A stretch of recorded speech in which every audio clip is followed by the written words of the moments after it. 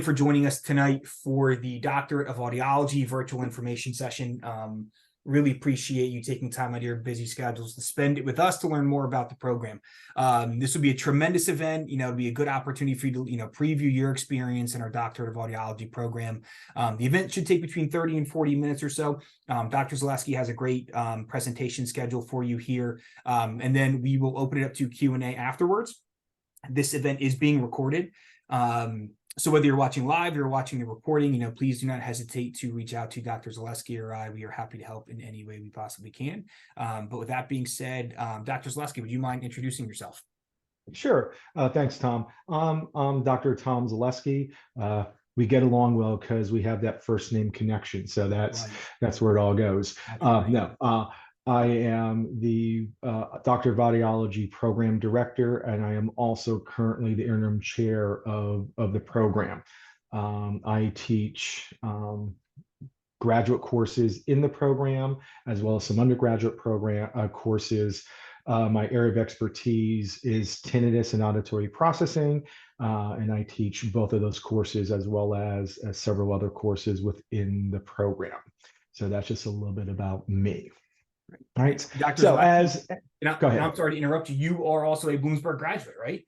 Yes, I am. Yes, I am. Graduated with my bachelor's and master's way back when, because when I went through, you didn't need a doctorate yet, back in the Stone Ages. And when I went back, and this is what I say all the time, after I graduated and I was working and I decided to go back for my PhD, I started off at Columbia, and then there were some issues in their program. The chair died and it was just falling apart. So I jumped down to NYU, and what I found was I had a better core education than the people who were from Columbia, NYU, Brown, Yale, and I was surprised at that. And so that's one of the reasons I came back. It's not because I can't, a lot of times you hear those who can do, those who can't teach. That's not me. I came back simply because I had a young family. I was working 50 to 60 hours a week, and I wanted to be part of my family. So this gave me that opportunity. So, and I still see patients in the clinic. So it's not like, like I said, I still do. So I can do that.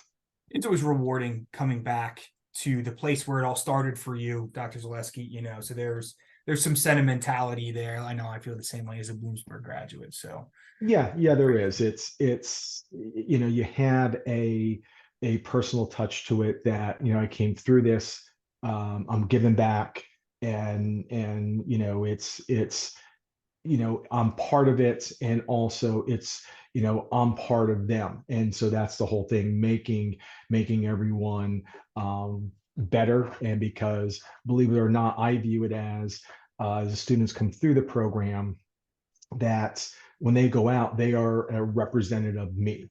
And I've heard that, from some of our local clinical supervisors who have said at times, I can tell when you taught this course. I know, because I know you, and I know how they learn, and I know you taught their course. And so people recognize that. So that's why I said, so it's not just, yes, you're getting through, but if you're not prepared, well, people know it's not you, it comes back to me, especially if I taught the course. And so I never want to hear that aspect, because it reflects poorly on me in the program, which I don't like. Yep. So absolutely. All right, so let's get started. Welcome, everyone. Thank you for taking the time out of your busy schedule, as Tom said, to be here. And let me tell you a little bit about our Doctor of Audiology program at Bloomsburg. So our program has been around for a long time. So we've been around since the 60s, and we've changed with the times. We've added things, we've changed things, we put things in, we've taken things out. So there's something to be said about that. Rather than going to a new program, or a relatively new program where they're still they have, for lack of a better term, those growing pains. We figured that all out. And so we still add things. Matter of fact, We just redid our curriculum and we added, another course to our program. So we're always looking to grow and make things better and bigger. So we've been around for a long time. And the positive thing about that, people know our program, and we hear it a lot when we're placing our third year and fourth year students. There are some facilities that will only look for Bloomsburg students because they know when they come out, they're going to be prepared and they're going to be ready to go. And they're going to have a good core education. So, and that's important to see. And even afterwards, there are some facilities that look for our graduates. Plus, on top of that, because we've been around for a long time, our graduates are all over the place. So regardless of where you go, there's probably a Bloomsburg somewhere who know us or in the near vicinity. So that's the good thing about being around for a long time. Our graduates are all over the place. Yeah, I think this is a tentpole program for us, and this is a program where the reputation for you, and this might not mean much to you right now, but it will when you're, on the job market looking for that first position, is the reputation of the program precedes itself because how strong it's been for 50, 60 years. So again, that's an important thing to keep in mind. And I like that you mentioned that. All right, so you're probably interested about our program because our field is a clinical field. We do emphasize the clinical training, the application of it. So yes, I'm a firm believer that you need the underlying theory to understand. Otherwise, you're just a tech. Going out and I say this a lot of times to some of my students. If all you wanted to do is know how to test hearing, we don't need a 15-week course to do it. I can do it in, a couple hours, teach you how to do a hearing test. You're a tech, right? So you got to have that theory to understand what you're doing, how you're doing, why you're doing. And so the nice thing about our program, you get that theory in your classes. And what's unique about our program, from day one, you're in clinic, or the first, I should say, yes, you are in clinic day one. You're not seeing patients, but first semester, you are seeing patients and working with them and taking that theory and applying it. So that's the good point of our program. That's why we have that clinical practice, but you're still going to get the theory and underlying principles that you need. So a little bit more about our program. It is a 4-year program. The first 2 years emphasizes the foundation of it, of what you need, and you're going to have lab assignments as well as getting some clinical experience that first year. Usually, one day, half day a week, depending on the number of students that we have in the program. But like we said, from the beginning, you are getting that experience, but you're getting that theory. So the first couple semesters is really laying your foundation, and then you build upon it from there. The third year, or I should say the third year, is a part-time off-campus clinical experience to help you grow. So you still take classes 2 days a week, and you're off campus 3 days a week to expand and grow your skills and abilities in different types of settings, different types of patients. And it's like everything else. I often tell students, there are multiple ways to complete something. And just because we present it one way doesn't mean this is the way you have to do it. And you go out there, you're going to get different perspectives. I can tell you things that I do when I work clinically, and when I was going through my training, who I got them from, and I incorporated them into my practice because it made sense. And so it's very important. So that third year is a part-time off campus within a 2-hour radius of Bloomsburg. And that's one of the negatives of Bloomsburg. We are rural, so we don't have like a large metropolitan area. You walk outside our campus and there's 15 or 20, 30 audiologists and ENTs and hospitals where you can be placed within a couple blocks. So that's the negative aspect of that. But you're still going to get the good experience. The fourth year is a full-time off-campus experience, and you can be placed anywhere. We've had students California, Texas, Washington, Florida, up in the New England states, so all over the place. Yes, primarily the students stay in the tri-state area because that's where we tend to pull most of our students, but we've placed students all over the place. A little cool aside is several years ago, there was a student who actually got a fourth year up in Canada. And this was before we changed our curriculum around. And so we had on campus classes in the summer of their third year before they start the fourth year. And so this place wanted up in Canada wanted the student to start in the summer. And so the agreement was they knew she had courses. And so they brought her on. They paid for the flights to fly to Bloomsburg and back every week. They paid for a rent-a-car from the airport to Bloomsburg, and they also paid for the hotel so the student can stay over. So obviously that tells you something about our program. For a student, for someone to do all that on a student, I think speaks a lot about our program. We also have some specialty tracks. One of the unique specialty tracks that we have is an interactive neurophysiological monitoring program. And we do have some slides on those, right, Tom? I believe we have. Do I have We slides? do, yes. Yep. Okay, all right. So I won't talk too much about that.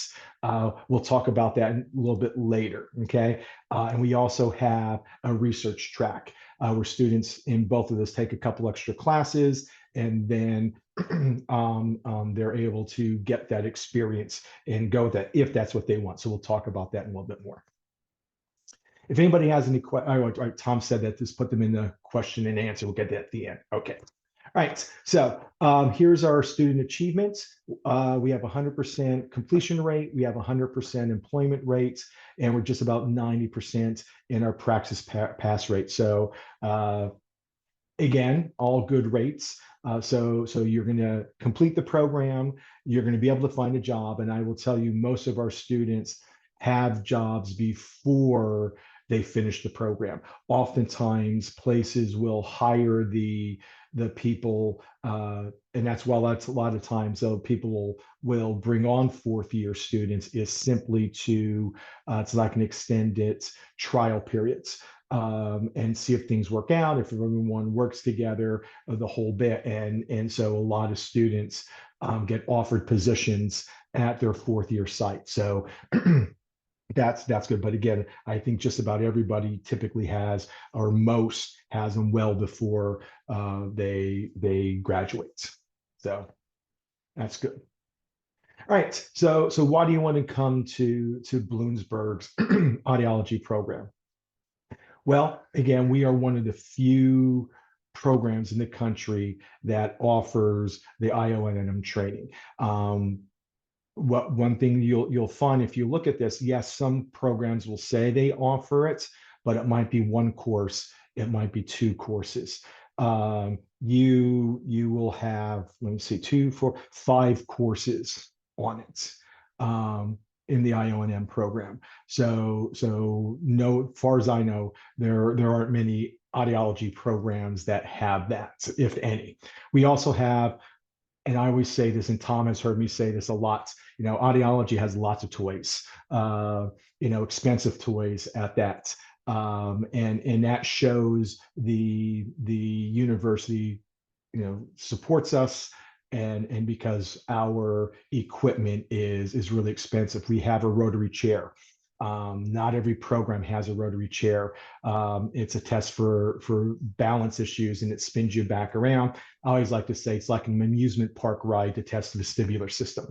And so what happens is that piece of equipment alone is like $250,000. So again, a lot of people don't have those. A lot of places don't have them. We also have a posturography system. So in addition to the VNG and electrocochleography, the electrophys tests, and all the basic stuff. So we have lots and lots and lots and lots of toys. We have an on-campus clinic where students are placed from their first semester, again, as I said previously, to apply what you're learning in class hands-on. And that's the cool thing about it. When I've supervised students in there, that's one of the things why I like to supervise, because sometimes you'll see something in clinic and you're like, hey, remember we were talking about 2 weeks ago? Yeah, here it is. Remember what were the characteristics of it? Right here it is. And so it's like, oh yeah, it makes sense. Right. So that's the great thing about it. So you're getting hands-on. And again, we talked about our completion rate and graduation rate. And Dr. Zaleski, and again, this is not the first time, it's probably not the last time. I'm going to mention this tonight, but this speaks to, again, the reputation of the program. I said, like, this is a hallmark program for Commonwealth U.Bloomsburg, right? So that's, and you can tell, like, that's not just lip service. You can tell by the investment that the university has made in the ecosystem of communication sciences and disorders, including the Doctor of Audiology. All those things cost a tremendous amount of money. But because the university knows that this is a priority, and this is one of the things that we are most well known for, they make the investment. So your experience in the AUD program is going to be so much more well-rounded because of that investment, because of the fact that this is a priority. So again, it's not just me saying, hey, this is good. It's like, you don't have to take my word for it, right? In this case, like, this page kind of summarizes it all on its own. But I just wanted to interject there. Thank you. Sure. And the other thing is, people around know we offer services in our clinic that many people don't offer in their facilities. One of the things is auditory processing evaluations. A lot of people aren't doing those because of reimbursements aren't great. But again, we're a training facility, so we do it. So we get referrals from all over for auditory processing, because less and less people are doing it. Tinnitus, I see the tinnitus patients, and again, I get referrals from all over. I know, for example, the Geisinger Medical Center that's not far away from here. I see all their patients, all their tinnitus patients get referred over to me to see. So, as well as, I've had people drive 2 hours plus to see us. So same thing with auditory processing, as well as some of the other testing. So people know about us, that we do these things. So, all right, so let's move on. All right, so program overview. As we kind of said, what happens is each semester, first year, you're going to take 3 academic classes, and you're always going to have that on-campus experience part-time. Third, and so that's the first and second year. That's how it is. And our program runs fall, spring, and summer, right? Third year, so fall, spring, summer, your second year. Third year, fall, spring, summer. And during that third year, you're also going to take 3 classes. They are on Monday and Tuesday. And then you're off campus Wednesday, Thursday, Friday, within about a 2-hour radius. So you can come back to get back to campus. And your fourth year is a full-time fall and spring, full-time off-campus experience wherever you want to go. So there's no limits to that. Okay. Okay, so let's talk about our 2 tracks. Okay. Our research track is there for people who have an interest in doing research. And so what will happen is, you will team up, you'll identify a faculty member who has interest in same interest you do, or as an expert in those areas. And so what will happen is, you will work alongside with that person, and they will guide you in developing a research project that leads to a prospectus. Where you have to defend it. You'll get a committee together, make sure everything's fine. And then once it gets approved, you will complete a research project where you'll recruit participants. You'll do some type of method, some type of experimental design. You'll analyze that data, and then you'll write it up into a dissertation that you have to defend at the end. So that's how that works. And then on top of that, it's a university policy where you have to have 6 credits to have that show up on your transcript. So your last 2 semesters, you take those extra courses. And typically we like to have students done by the end of their 3rd year. So there is that if you're interested in the research track. But also there are some students who are interested in research, but say, you know what, I don't know if I want to have the stress of having to write a dissertation. And so they get involved in research, and they can end up in presentations and publications also, but you just don't have that defense aspect of it. So there's that aspect. And so, Dr. Zaleski, what would you say, is there a predominant program or track that students tend to enroll in, or do you see a pretty good mix among the research, the IONM, and then there's just like a general track, right? Yeah, Traditional most, track. but by far most students are just the traditional, go through the regular program. Occasionally we don't get as a ton of students are interested in the research, because people are concerned getting it done and those types of things. We do have some students, every year a handful of students typically are interested in the IONM track. So, but it varies. Sometimes there's more than others. So it does vary. Okay. The IONM is, again, it's a separate track. And again, we'll talk a little bit more about that also. So what will happen is everybody in our program, their first program or their first semester, takes an introduction to interoperative neurophysiological monitoring. And then at the end, students have to decide whether or not they want to take on that. And so then what will happen is if they decide they want to do the IONM track, they will take an extra course in their first spring, second fall, second spring, third fall. And then we do have an agreement with a company that takes our audiology students, only the audiology students, for the interoperative neurophysiological monitoring clinical experience. Okay, so that's how that works. All right. So here's how your year 1 would work. And again, I'm not going to read all those, but you can see it all starts with the basics, right? Diagnostic 1 is really your bread and butter of audiology, hearing aid theories, and there's your introduction to IOM. But if you see each semester, there is a clinic course, right? And that's important. Each semester there's a clinic course. And so, these, 3 semesters are really your foundation that everything is built upon. And then when you start getting into the second and third year, you're adding more things on. As I said, a new course we added this year, the pharmacology course. Right. And so that's a new course, and there's, neuroanatomy and another balance course. But again, if you look, clinic courses, every semester there's a clinic course. So you're building on top of it. And then you have the tinnitus and auditory processing, and then a counseling course. So to help you.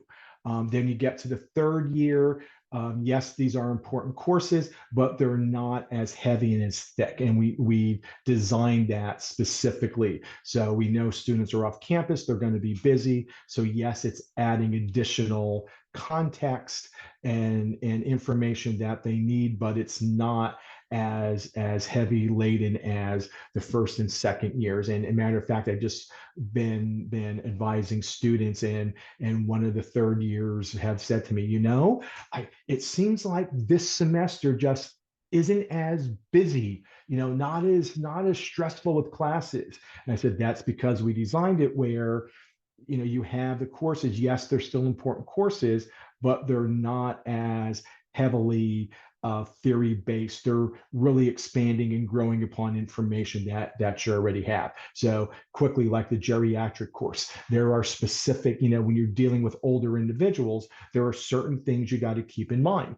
So if they're having disease processes, if they're on certain medications, these things can impact other systems, which can have an impact on the auditory system. So someone could be on a medication that is now impacting their kidneys, and they could be also on an ototoxic medication that could now be a bigger problem because they're on some medication that's impacting their kidneys, because their kidneys they filter your blood.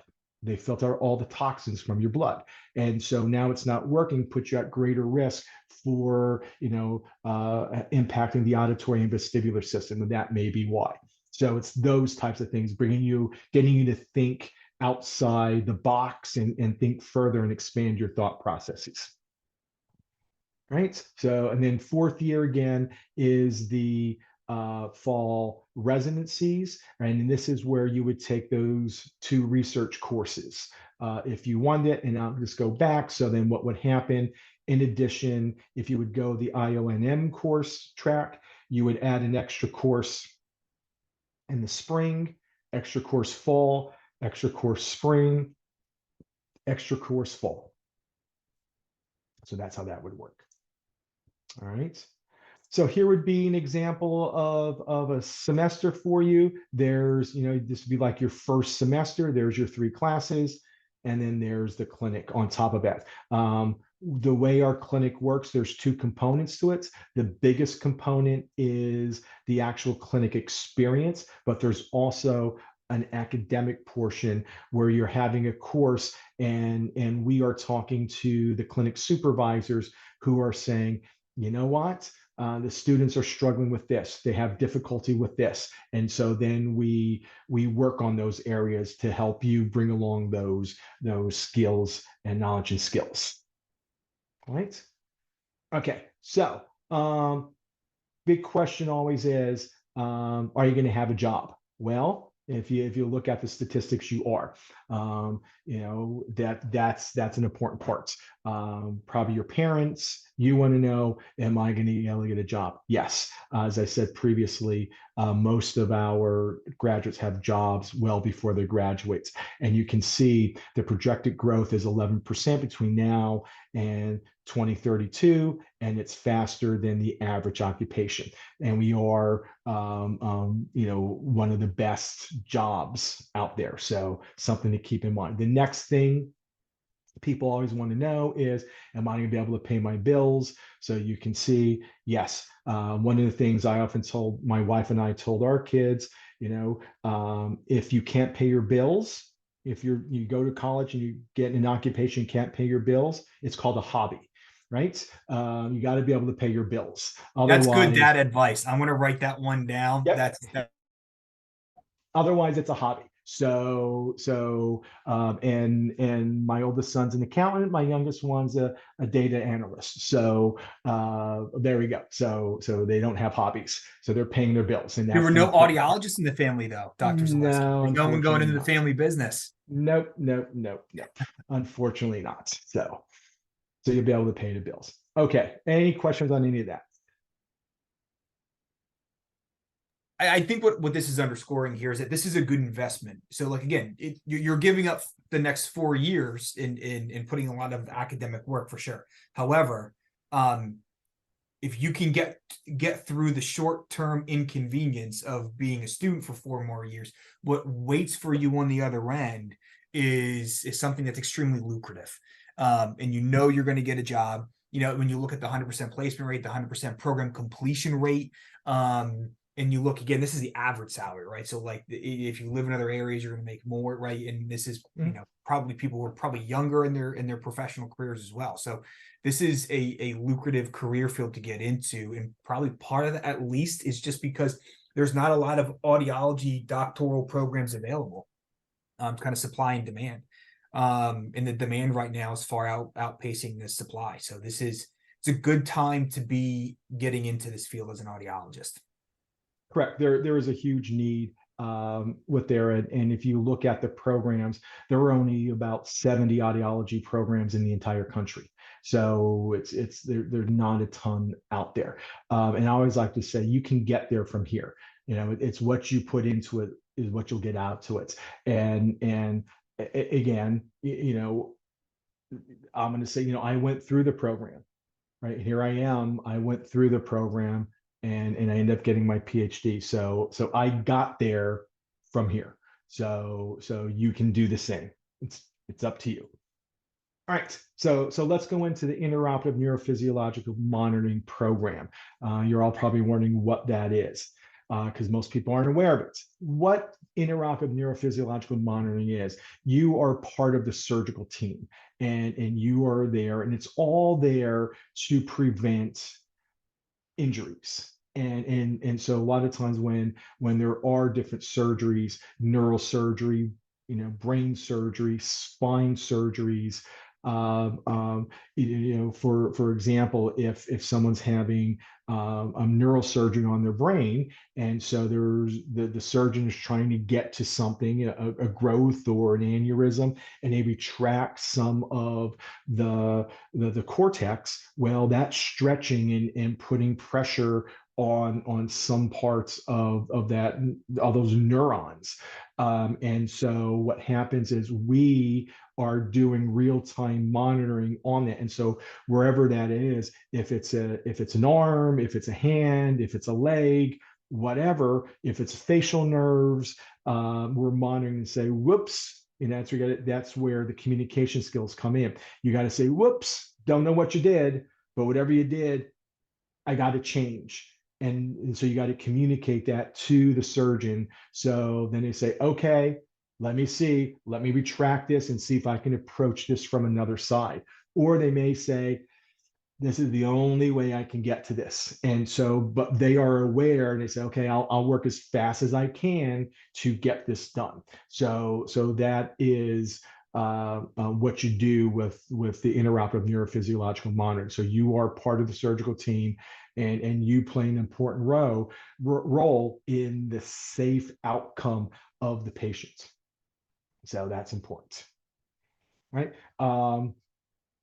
We have, not only is the intraoperative neurophysiological monitoring program, you can take it as part of the AUD program, but we also have a separate certification program, and it's a 3-semester program. So you take the courses, right? And again, set up the way we do, you get clinical experience through all 3, right? So you take the courses, you get the clinical experience, you finish it, and now you're ready to go out and get hired. And our graduates are highly sought after, both who go through the certification program as well as the AUD. Actually, we just got an email from someone from a neurophysiological monitoring company from Alaska. They heard about our program, they heard about our students, and want to know, hey, can you pass along information about our program in Alaska? So there you go. You can make pretty good money, right, with this. So again, you, even for a 1-year certification program, or certificate program, so you can make good money with it. The thing with IONM, this is a little bit of our lab. This is Dr. Yu. He's the program director. We have a mannequin, so students learn how to place the electrodes appropriately based upon what you're monitoring. And so people do well in the program. But the thing is, with this type of practice is, if there is an 18-hour surgery, you can't say, oh, it's 5 o'clock or 3 o'clock, I got to pick the kids up. Don't work like that. You are there 18, 19 hours. So that's kind of the drawback. So, but at the same time, they do get paid well at the same time. And Dr. Zaleski, there is a really good question here. Will the IONM program be an additional year on top of the 4 years, or are the sequence classes integrated without other classes? That's a They great are question. integrated in with the audiology classes. So if you go in the AUD program, as I said, you will have one additional course at the in the so everyone, if you saw, if we go back here, let's go up here. Oops, all right. People in the IONM certificate program take the same introduction to IONM that the audiology students take. And then what will happen is in the spring, you'll take an extra one of these courses. And I believe this functional human neuroanatomy, the AUD students don't have to take because you have a neuroanatomy course. So it's a very similar course. They don't have to take that. So you take intro to IOM, and I think you take the EEG and biophysics in the spring. I'm not sure which one comes next. I apologize. I just don't have it down pat. I think you take the spine course, then you take the following spring, second year spring, you take the cranial and vascular surgery, and then in the fall year third, you take evoked potentials and EMGs. So it's one additional course for 5 semesters. All right. Okay. Our program is available, or to apply to our program, we are part of the CIDCAS, the Communication Science and Disorders Central Application System. That's where you will apply for the Blooms. You can go there and look for Commonwealth, and it will come up. What you need is a 1-page typed statement telling us why you think you are a good fit for our program. And that's the important parts. We're all trying to make decisions, so tell us, what qualities you have that will make you successful. You need 3 letters of recommendation. Again, probably the best thing I would tell you is probably academic background or academic letters, because they are the people who can tell whether or not you have the abilities to complete a graduate program. You can submit a current resume. Applications are due by February 1st. However, if you are a strong student, once everything gets approved and verified, because in CIDCAS, there's different levels. There's in progress, there's received, and then there's verified. And it's not until it gets verified that we do that. But if you apply today and you get all your things in, you could, and all your requirements, and it's verified, you could know if you're accepted into the Bloomsburg program by the middle of November. And what you got to keep in mind is, if you want to come to Bloomsburg, applications, I believe it is $100 an application on CIDCAS. So really it would be one application, right? And you would know by the middle of November if you're a strong student. So that's the key. So we do that. All right. Any questions on it? Dr. Zaleski, what are some of the things that you look for in a qualified applicant beyond what might be on here? Like, is there a typical profile that you're looking for? Is there like, oh, I'm looking for this type of coursework for this GPA? Anything that might not be indicated on the slide here? Sure. Well, what you got to keep in mind, every program is looking for the strongest students. So obviously the strongest students. But that being said, audiology is a profession that's based in the sciences. So I tend to look how the students did in science-based course, in anatomy and physiology, bio courses, if they've had a physics course, a chemistry course, a math course, algebra course, those types of things. Even psych, because psych can help you think critically also. So that's where I tend to gravitate to. But again, it's reviewed by a committee, and every committee member looks at things differently. So there is no, this is what you have to do. Bottom line is, The stronger the applicant you are, the higher the probability you're going to get in. I always tell even my students that come that I know from undergraduate, they get all concerned, and I say, bottom line is cream rises to the top. And if you're a good student, it's going to be easy to tell, and yes, you are going to get in.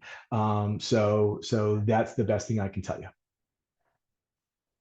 Great, thank you. And I see we do have a question here. Do you know what the average GPA is for the It students that varies from the year to program? year, right? It varies from year to year. This past year, it was a 3.64. Right, was the average, and it ranged from a 3.9 to a 3.2. Right, along those, and I believe the year before was also like I think it was upper three, like an upper 3.58, lower, 3.6, 3.6, somewhere in that range there. So it varies from year to year, and that's what I often tell people. You know, pulls vary, so it's sometimes you have stronger pulls, sometimes you have weaker pulls. And several years ago, we had a good cohort, but if all of those students would have applied the year after, none of them would have gotten in because it was a really strong cohort. So some of those things happen sometimes, and I'll be the first one to say, no, do I, and I often say this to people, am I looking for the 4.0 from Harvard? No, that's not needed. Give me a good student who knows how to study, who's not afraid of work, right? I can make a good student. We can make a good student out of that. Oftentimes, some of the 4.0 students were those students, and we all know those. These were the students in undergraduate who had that photographic memory, or could listen to lectures and remember everything, right? And so they didn't know how to study, and we've had students like that come into our program. And I remember several years ago we had a student like that, a 4.0 from a big name student from a big name school. And I always tell students in the first class, get your tail up into the clinic and learn the equipment. That's half the battle. And so that student was talking to another student, and the student told me that this student came up and said, is he serious? And this student said, it's not like we're sitting up here eating bonbons and cookies all day with our feet up. Yeah, you got to work. And that student lasted like a week and left. Yeah, it So seems to be pretty egalitarian. yeah. I mean, Mhm. like it doesn't really matter where you came from. It's Yep. basically, hey, are you willing to do the work? Yeah. If they're willing to do the work and put the time in, like I say, give me a good quality student who knows how to work and know how to study, Mhm. and we'll be fine. And, So and Dr. Zaleski, I'm sorry, won't not to belabor the point, but one more question. How many students generally do you bring in an incoming cohort, just to give people a general idea of okay. how many spots there may Sure. be? Our program is built for up to 15 students. I would say, and yes, sometimes we hit 15. Matter of fact, this year we have 16, so we went over that by one. But what we tend to find is, if I had to average it, I would say we probably average around 10, because sometimes we're a bit lower, sometimes a little bit higher. Higher, I'd say over the years we probably average out about 10. Great, thank you. Sure. All right. Probably questions about financial aid. We do have a scholarship in the department that's set up for because we also have a speech program. It's speech and audiology, and also special education. It was set up for. It's $1,000 scholarship people can get, and there's other conventional packages and our financial aid. We also have graduate assistantships in our department as well as throughout the campus. I don't know, Tom, if you want to talk more about that, or Yeah, so again, when you are looking at graduate school, I mean, you should be looking at this from the perspective of this is an investment. And we talked about basically what the ROI is on this, which is going to be, very, very good. You're going to get a job, you're going to be compensated very well. One of the things that goes into that, though, is what are you paying to get your doctorate degree? And what I would contend is at CU-Bloomsburg, you're going to get tremendous value in your education, whether you are in-state, out-of-state, domestic, or international. The cost of going to Bloomsburg, and part of that too is just the cost of living in Bloomsburg in comparison to some of the other options is just going to be a better deal in a lot of other locations. Dr. Zaleski, you mentioned going to schools in New York City. Right off the bat, cost of living is going to be a little different than it is in Bloomsburg. Yep. Maybe just a little different, right? Yep. So again, when you're looking at this, that's important. Dr. Zaleski mentioned graduate assistantship. So if you're not familiar with that term, a graduate assistantship, or sometimes we call them GAs, those are part-time positions on campus where the university will pay for some of your courses and fees, as well as provide a paycheck. So again, there you're getting an opportunity to have the cost of your degree offset by having a GA position while getting some very valuable professional experience. I know Dr. Zaleski has grad assistantships in his department, but there are GAs in many departments on our campus. I know in our office alone, we hire 3 grad assistants.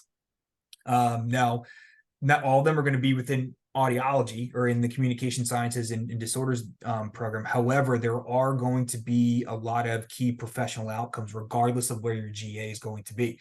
And Dr. Zaleski, you could probably confirm this, but I would imagine things like bedside manner and counseling skills and interpersonal communication skills are things that are going to be very important. Those are things you're going to learn in every graduate assistantship, regardless of where they're located.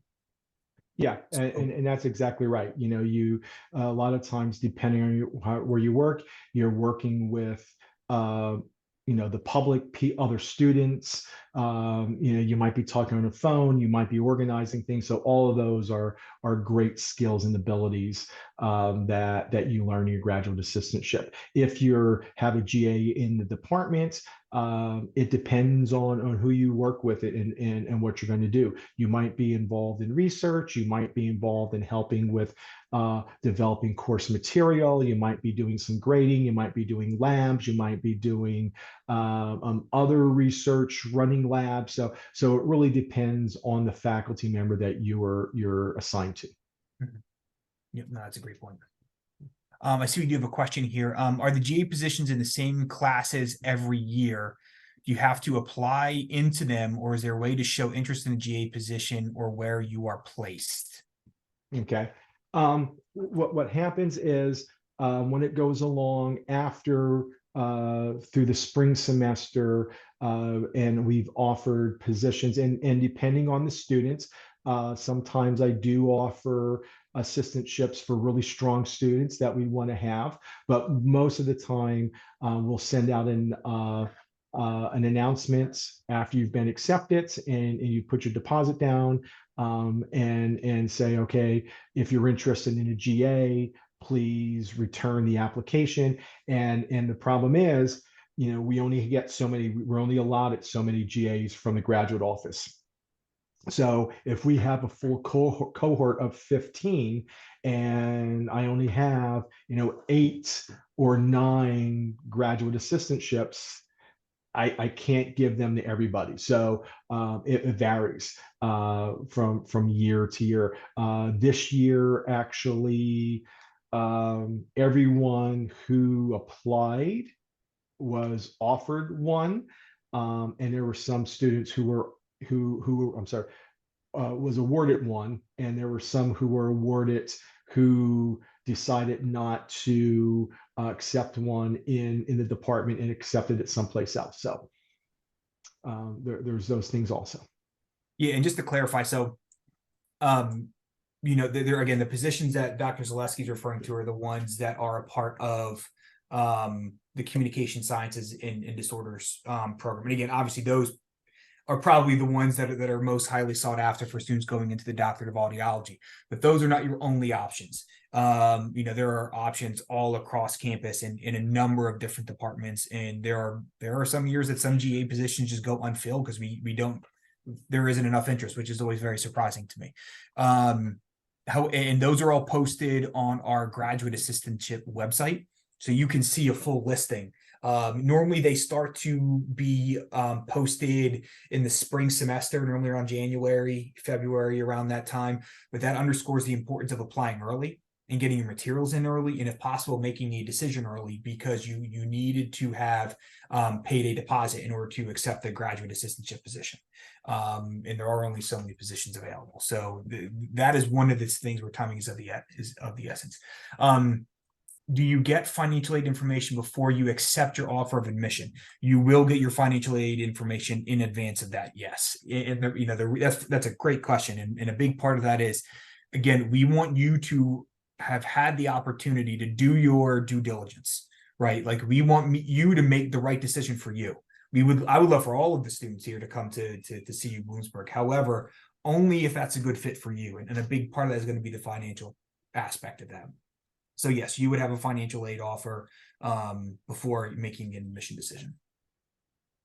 Or I'm sorry, making a commitment decision, I should say. All right, so we'll go on, and I think, Tom, you'll be talking more about this than I will. Yeah, so and this is one of the things that is somewhat unique. This is not an online MBA program, right? Like, you're going to be here and ingrained in the community for 3 or 4 years. So one of the deciding factors for you, I would imagine, to some degree, is, well, where am I moving to? What is the community like? What is the campus like? What is my cohort going to be like? And those are good questions. This is really important. So, like, when you look at the program completion rate, which is the amount of students that start the program and finish the program, it's 100%. So part of that, at least, is because, it's a great program. It's a cohort style. You progress through the program in almost like a team format where, you're all going through it together, taking similar courses and what have you, but also the community itself. So when you move to Bloomsburg, that you'll be living in comfort. This is the 3rd nicest campus in Pennsylvania, or at least that's what it was ranked. There are a lot of colleges in Pennsylvania too, so that ranking bodes pretty well. A lot of convenient dining options, including a lot of franchise places like Qdoba and Chick-fil-A and Starbucks, and we also have a Dunkin' Donuts, right? So whether you're Starbucks or Dunkin' Donuts, we've got you covered. And you're going to want that coffee probably as you're studying late into the wee hours of the night with Dr. Zaleski. Campus Rec Center. If you're going in audiology, I would imagine that your health is going to be something that you probably prioritize. So you have a rec center here on campus. The university library with grad student lounge. Again, 2023, hard to say how many students are taking books, or grabbing tomes of literature off of the shelves. However, it does make for really just a great place to study and seclude yourself away to get some work done. Again, a lot of very important initiatives dedicated to health, wellness, and safety, as well as diversity, equity, and inclusion. Like, this is a very safe and supportive and comfortable place to spend the next 4 years of your academic career. Most of you are wrapping up your bachelor's degree. You just committed, finished the first 4. The next 4, is kind of be the next decision for you. And I would imagine this is going to be a part of that. If you wanted to visit campus, please, do not hesitate to reach out to me. We're happy to host anybody who's interested in learning more about the program and experiencing campus. Happy to help that. I will tell you, I just had one of the first year students I have in class, and he came up to me and he said, "Guess what I just found?" And I'm like, "What?" "I found the graduate student lounge in the library." "Wow, that's nice." And so she was all excited about that. So they do use it. And there is a question here. Are there any off-campus housing options that are common among graduate students? There are, yes. So Bloomsburg, if you've never been, is a very traditional college town. So the university was established in 1839. So we're coming up on, we're 185 years, I want to say. So the town is built around the university. Everything is like, the university is the central hub of everything. That would include like the main street and the off-campus housing and what have you. So everything is very conveniently located right next to campus, including off-campus housing. So we have a number of apartment complexes where we will have upper class students and graduate students reside in, that are, normally situated right in between, where the main street is of downtown, as well as where the campus is. So yes, there is a lot of convenient housing in the area. Again, it's a very, very traditional college town. I normally say it's kind of like to me, Bloomsburg looks like a Norman Rockwell painting of a college town. And I know there are some housing opportunities where that's just for graduate students.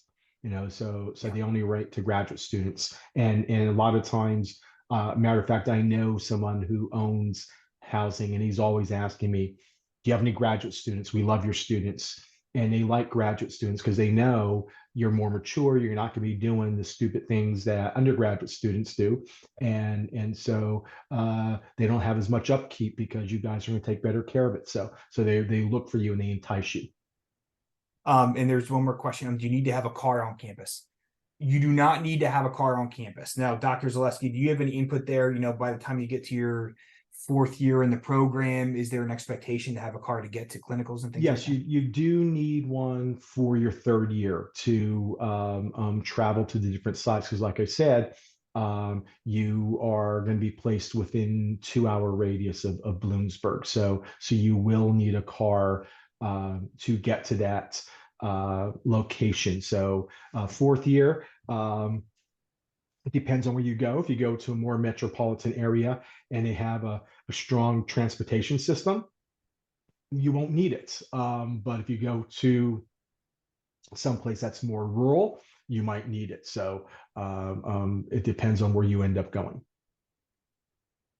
Excellent questions. Great question. I think we're going to move on now, Dr. Zaleski.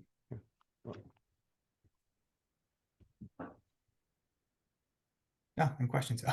So we do have another follow-up question here. How do placements work? That's a good one. Placements work. Third year, what happens is we have faculty who place the students. We do get some interest of the students where they like to go. We can't guarantee everyone will get everything that they want, but we do our best. Because it all depends on what the people are looking for. And then you get placed in those third year placements. Fourth year, we ask students to locate their own because we really don't know where you want to go. Right. So at that point, people choose the fourth year for one of two things. One, I want a site that's going to give me everything. I want to make sure, actually, three different ways that gives me everything. So I want to be strong and have a wide breadth of experience. Some people say, I don't feel as strong in this area. So I'm going to do a fourth year that's going to give me more experience in here so I can get stronger in that area. Or some people say, you know what? I'm interested in this area. So I want to, pediatrics, maybe vestibular, maybe, veterans. And so they look for those sites and they go to those places because that's where my interest is. Private practice. I want to go to private practice. So it depends on the individual. However, we are there to help. We get emails all the time from facilities. We're looking for a fourth year. Could you please let your students know? And we do. I don't know how many students get accepted to those. I don't track those, but we do get a fair amount. And a lot of times they'll start off, we've had your students in the past. We like your students. Can you please tell if we were interested in taking one of your students? And we pass it along. And again, it depends on, does it fit into one of those categories on which people, or even location. A lot of times I'll hear students, I was just talking to a student during advisement the past week or so, and they're already saying, I want to go, I believe they're from like Pennsylvania area. I want to go out of state someplace. They already know that, because I want to spread my wings. And so that's fine. You can do that. So that's how the placements work. Anybody else? I mean, we've had a lot of great questions tonight. Anything else? I mean, certainly this is not going to be the only time to interact, with the program or Dr. Zaleski or myself. We're happy to answer any questions in general. But I mean, really anything. Yeah, if you do have any questions, I always say there's no dumb questions, only dumb people that don't ask questions, right? That's another good dad quote there. Yep, I have a million of them. So yes, if you have a question, don't be afraid to ask, because if you have, I'm sure someone else has one, and if I don't know, I can't help or answer. So see here. Do you do all admissions acceptance on a rolling basis?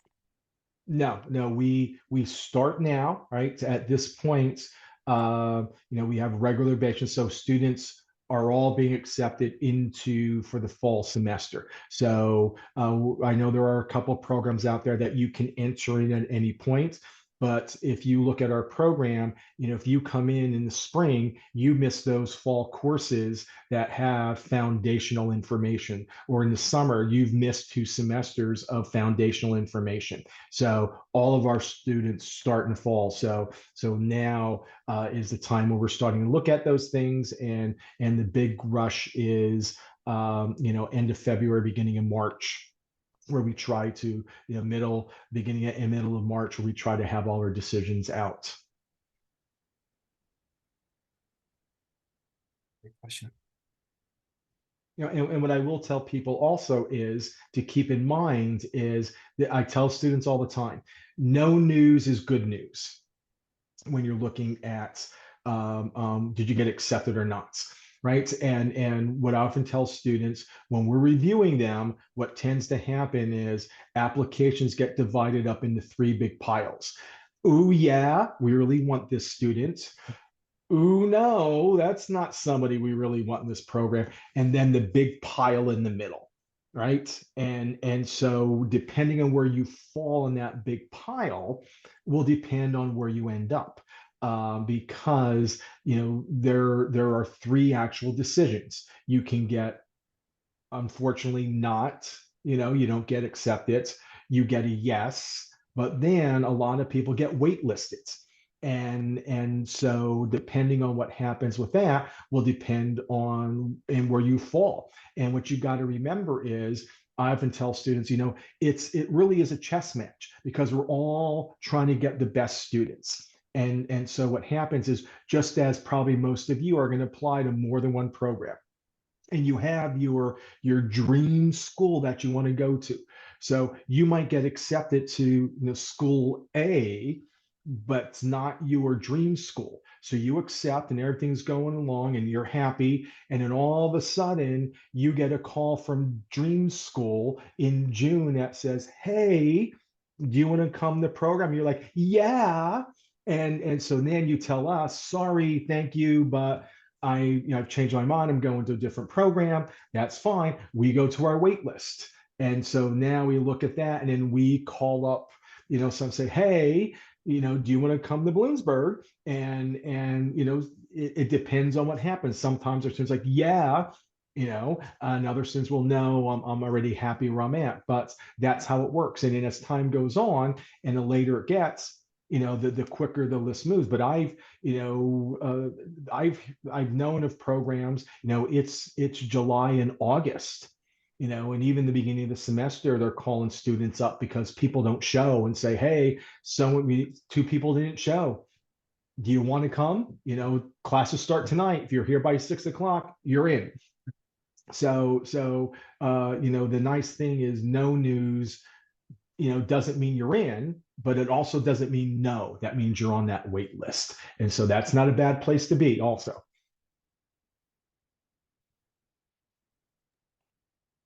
No, that's a great point. So I don't see any other questions. So everybody, thank you so much for joining us tonight.